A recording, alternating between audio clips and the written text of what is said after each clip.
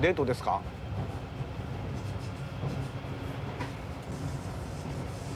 もうやっちゃったの？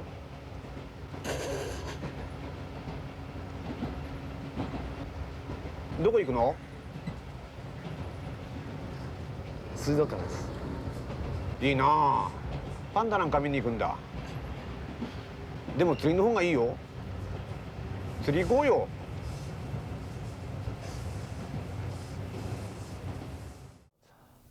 3対4の正樹が演技というのかどうかっていうのはもう全然これは、よく分かんないんですけど。さやかちゃん。はい。まだ名前教えてなかったね。はい。俺ジェームスって言うんだよ。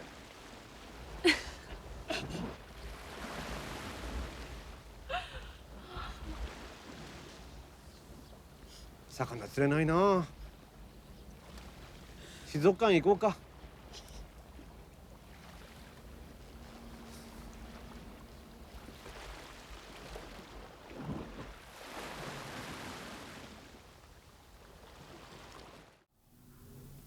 基本的にやっぱりくだらないことが好きだっていうのもあるし、それまでそんなバカバカしいことをしてた人たちがいなかったっていうことと、やっぱりやってて面白かった。もちろんその肉体的にはきつかったり怪我をしたり、というのももちろんその日常茶飯事であったんですけど、なんか子供が怪我してでも遊んじゃう感覚の延長線に近いようなものがあったのかな。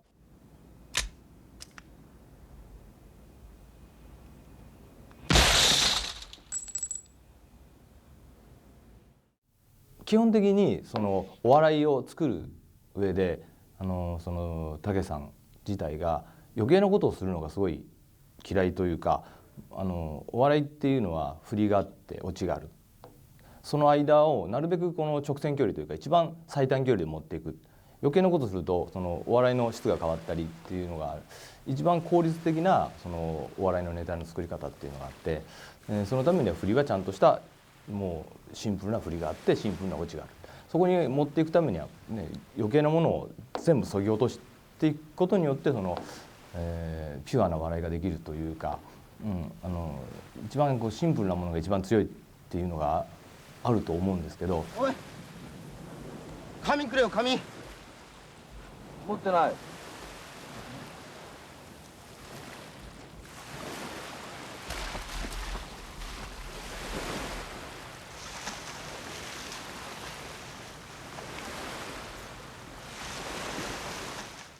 そういうお笑いの作り方を僕は教わってというか、だからその手法というほど大きなもんじゃないんですけど、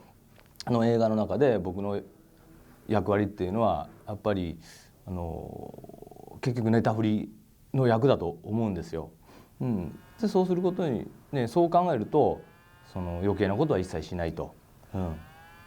いうことがまあ大前提とあって、あと基本的にその僕自身が、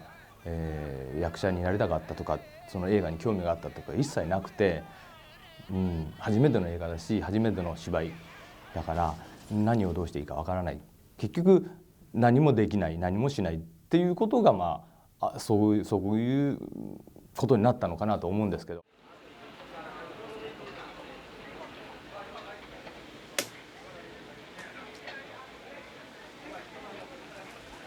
お待たせいたしました。あ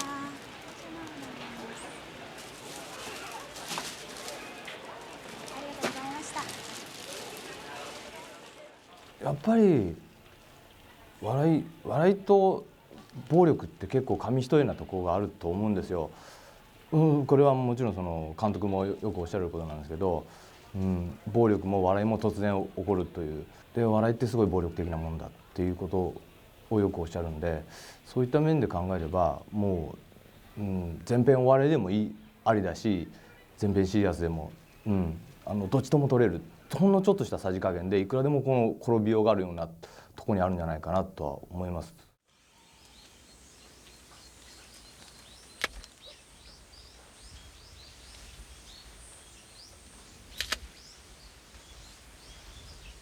この作品が非常に大きなインパクトを国際的にも与えたということは私自身も聞いてますけども、実際何て言いますか、私自身が、プロデューサーを名乗り始めるのもこの作品からなんですけれども、その男凶暴につきに言いましては、協力プロデューサーという形でのクレジットで、どちらかというとマネジメントの方に徹してたようなところが私にもあります。ただ実際に3対 4X を撮って、もちろんストーリーも好きだったんですけれども、ラッシュを見た時にですね、やっぱり北野さんが作りたい映像っていうのが本当にその時に非常によく分かりましたし、実はそのインパクトというのは、もう本当にラッシュの段階で、私はもう明らかに新しいものが生まれつつあるというふうに大変ショックを受けました。で、たけしさんなら映画ができるだろうと思ってたというその最初のきっかけとか、それに基づいて作られた第一作という以上にですね、つまりこれは新しい映画監督が生まれてる、新しい映画が生まれてるというような、そのぐらいのショックを私自身が非常に受けたことによってですね、私自身がだから今後たけしさんの映画というのはとにかく作れる限り作っていくべきだというふうに思った作品でもあります。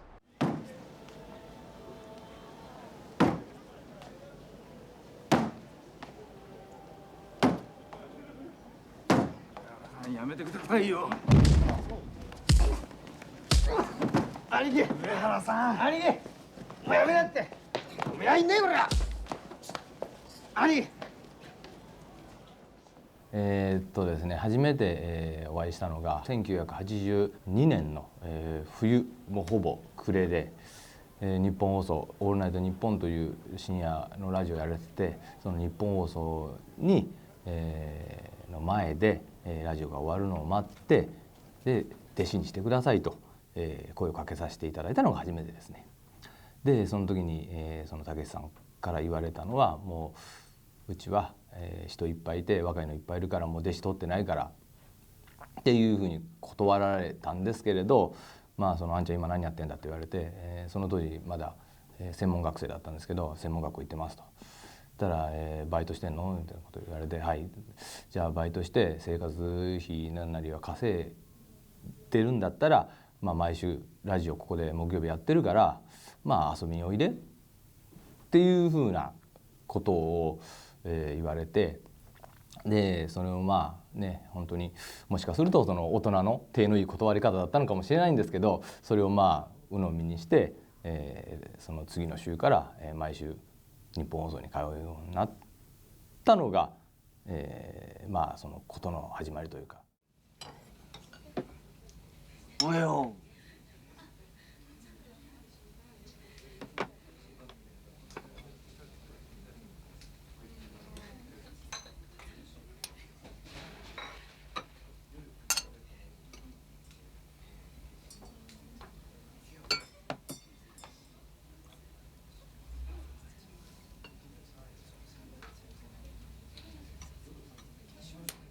実は私たちは、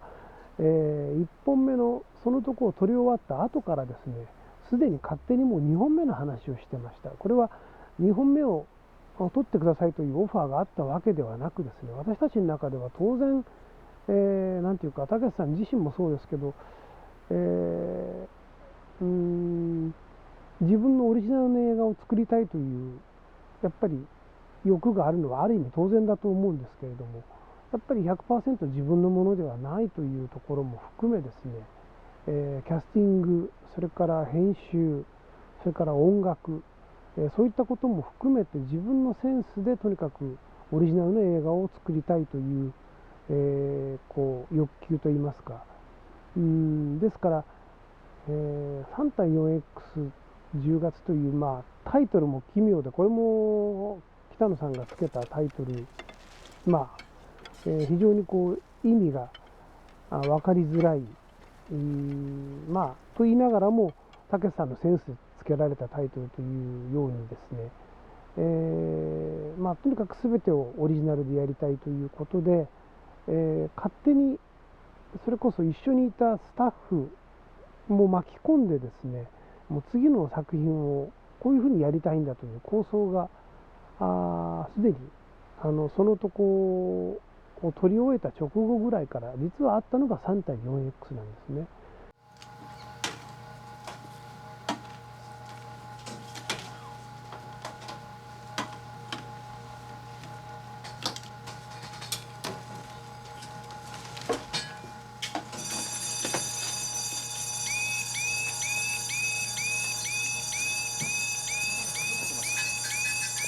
配給会社サイドはある意味非常に難色を示しました。タイトルもそうなんですけれども、キャスティングもですね、たけし軍団と言われる自分たちの弟子を主役に押し立てるといいますか、でたけしさんももちろん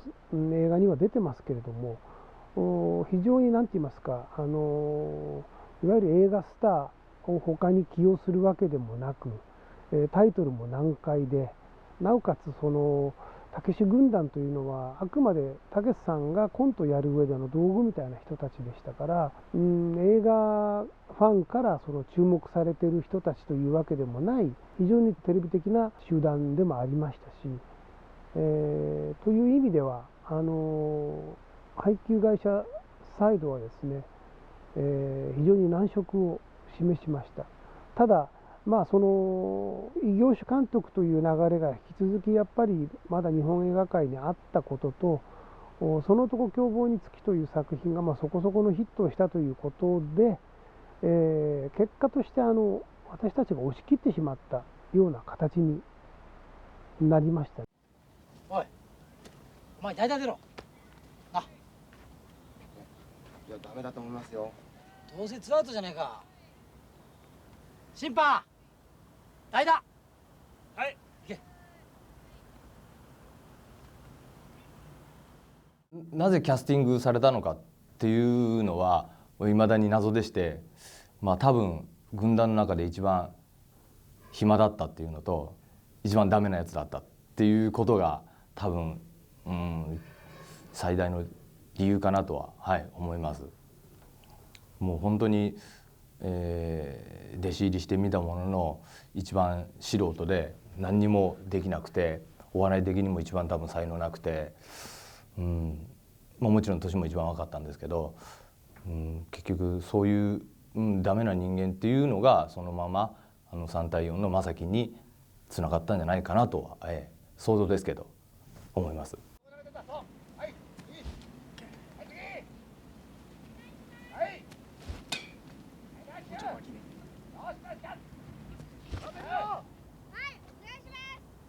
一日ね、100回ぐらい振れば上手くなるよ。振らなきゃ始まんないんだから。やっぱり今となっては全てはこの3対 4X10 月からが始まってると思うんですよね。結局役者、タレントもそうなんだろうけど、やっぱり役者っていうのはその前にやった仕事がどういうふうにつながっていくかっていうことだと思うんですよね。でその3対 4X がその僕の役者の、基準として考えると、その後になっていろんな人から話を聞くと、清水崇監督は学生時代ですね、学生時代に3対 4X のを見て、で自分でその学生映画を撮った時に主演の役者に3対 4X の柳幽霊の芝居をやってくれって言ったっていうのを後で聞いて、でそれが結局何年か後につながってくるんですけど、でやっぱり3対 4X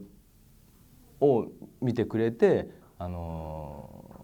う亡くなったんですけど熊代辰巳監督の「インモラル」という作品があって、キャスティングの方が僕を読んでいただいて、でその「インモラル」を見た中田秀夫監督が女優霊に読んでいただいて、でその女優霊を見たその清水監督とそこで同じプロデューサーなんでつながって、そこからジャパニーズホラーっていうのがまた一つのジャンルとして広がっていくことによって、結局どんどんその仕事がつながっていくっていう、すごい綱渡りなんですけれど、やっぱり後になって考えるとそこが全部つながっていく、元を正せばその3対 4X に全部集約されるっていう、やっぱりそれがなかったら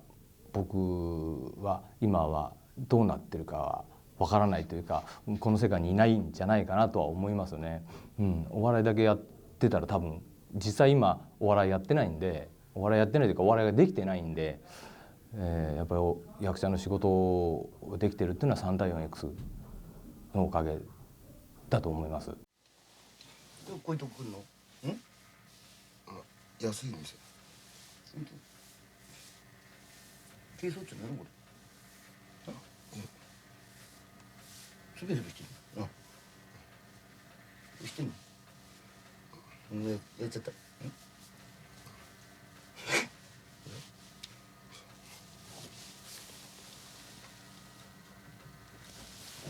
い匂いするな。どうなの？欧米の方たちが逆に言うと、その北野武という映画監督を映画監督としてこう非常にある意味客観的に一人の監督の作品として見ていただいたということはあると思うんですけども、日本ではやっぱりビートたけしの人気というのが、北野武が作った映画というなんていうか客観性を逆に邪魔してしまった。一つそのビートたけしというフィルターを通して、コメディアンビートたけしというフィルターを通してしかやっぱり捉えることができなかったという現実は、特にその初期の作品においては強かったし、花火で本当にベネチアで大きな賞をもらって、それこそ海外での評価が確かなものとなるまではですね、多くの日本人の方たちはやっぱり北野武が監督した作品というような捉え方ではなくて、コメディアンのそしてタレントのビートたけしが映画も撮ったというような捉え方であったというのが紛れもない、事実だったと思います。てめえ一体誰の指詰めてんだ？そんなことやってっからクズだって言われるんだよ。